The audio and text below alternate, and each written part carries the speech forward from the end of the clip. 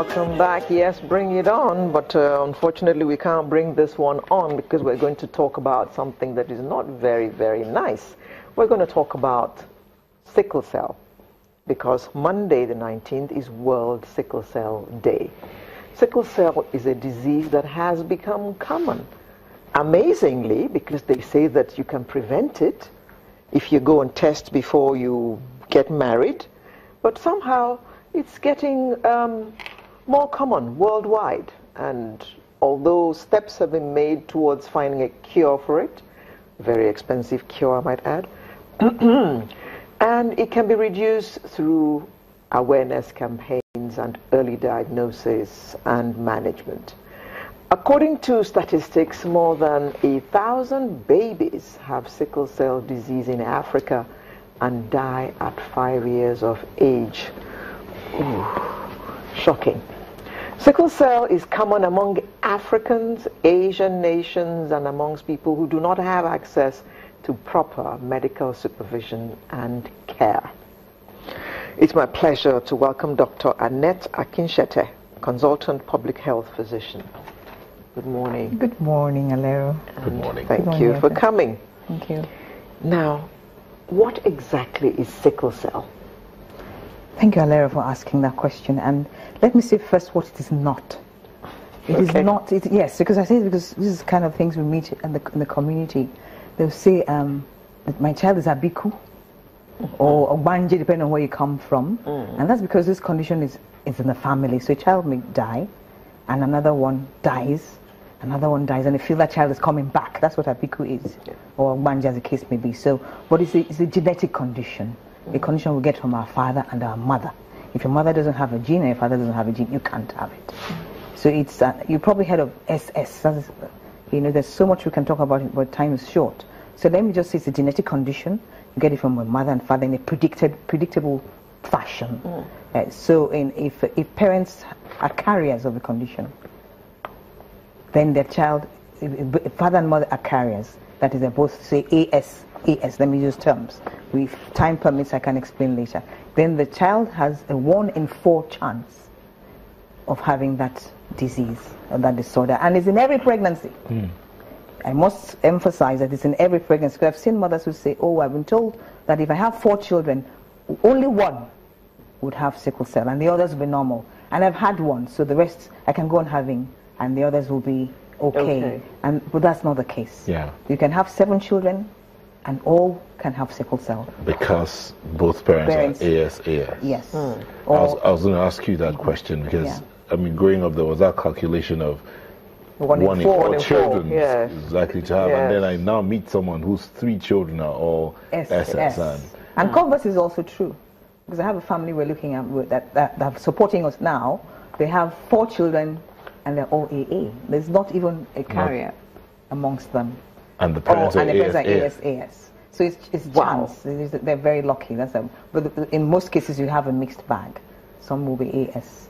I am AS. My parents, in fact, only my mom is my mom's AA, my father is AS.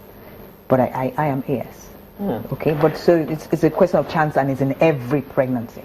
You know, when I was in the introduction, and I was saying, surprisingly, it's getting more, you know. We're seeing more of them. We're seeing more of it. But why is that so when people can actually check before they get married?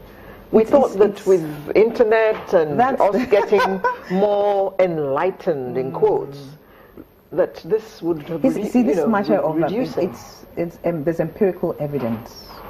It's documented that when there are genetic conditions like this that you can inherit, it's not something that you can prevent by stipulating or enforcing marriages, as we see that happens in some churches today. They wouldn't marry couples if they find that the couples have a trait each. They'll say, go and get your test results. Let's see that you're not carriers of sickle cell, so you don't have children with sickle cell. It's not your place to do so. The important thing is to give them all information, and that's what's called genetic counseling. It's pivotal, it's central to the management of any genetic condition. And our center, that's one of the big things we do every day of the week. We counsel parents, prospective couples, those who have the condition, and so on and so forth. But so the thing is to let them have all the information, and they go ahead and make the decision by themselves. Okay. Because I tell you, there are those Who would say to you, I can get, in a country like Nigeria, it's done. I get fictitious results from a laboratory, and I present it to my pastor, and he marries us. Because we want to get married. Because this thing called love is not 1 plus 1. I've seen such a situation. It's not really, yes, it's not logic like that. But I've also seen a situation where they got information and they still went ahead to Correct, marry. that's it. And the children are all carriers. No, they're carriers, or they have the condition. No, they have the condition. Yes. And then the man walks out and won't forgive his spouse.